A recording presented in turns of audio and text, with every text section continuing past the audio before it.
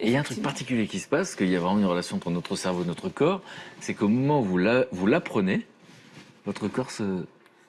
Oui, alors il y a un phénomène très particulier qui se passe, c'est que donc je me relève et à ce moment-là, effectivement, je sens dans mon ventre un mouvement de bascule.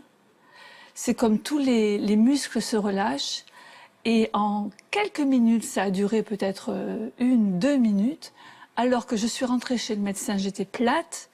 Et en fait, d'un seul coup, eh bien, je me retrouve avec un ventre d'une personne. Après, je l'ai appris, j'étais enceinte de 8 mois passés, en fait.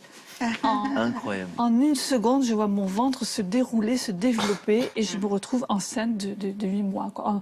En quelques secondes ou minutes, quoi. Je me retourne vers Ghislaine parce que ça vous... Non mais vous êtes estomaqué, on est estomaqué. Mais oui, mais vous voyez, le désir, bon, il a une double face. Il y a une face inconsciente. Vous dites très bien, peut-être qu'à un moment, bah ouais, j'y avais pensé. Et peut-être qu'après cette rencontre passionnelle, pas protégée, où effectivement je prends le risque, peut-être, de mettre en route une grossesse, ben peut-être que là c'est un désir inconscient qui se manifeste. Mais le désir conscient, c'est-à-dire l'interdit, c'est pas le bon moment, c'est pas la bonne saison, c'est pas le bon compagnon, etc. Le désir conscient vient empêcher, si vous voulez, l'acceptation, la réalisation Le de fait quelque de chose ne qui pas s'est grossir, passé. par exemple, c'est sûr. Alors, ne pas grossir, c'est une tension. Voilà, Madame retient quelque chose. C'est un mécanisme qui se fait à son insu. C'est-à-dire qu'elle a imaginé peut-être, ah, je vais voir le médecin rassure. Elle n'a pas été voir un deuxième, un troisième, parce que c'est impensable. Donc, ça ne peut pas se penser. Le médecin rassure, bon. Donc, elle tient. Il y a quelque chose qui se fait. Le corps fonctionne, il réagit à des messages que lui envoie le cerveau, qui ne sont pas nécessairement des messages qui passent par la pensée, l'élaboration. Hein. Quand vous avez peur de vous faire écraser, vous prenez un pas de côté, vous n'avez pas le temps de réaliser. C'est le cerveau reptilien, quoi.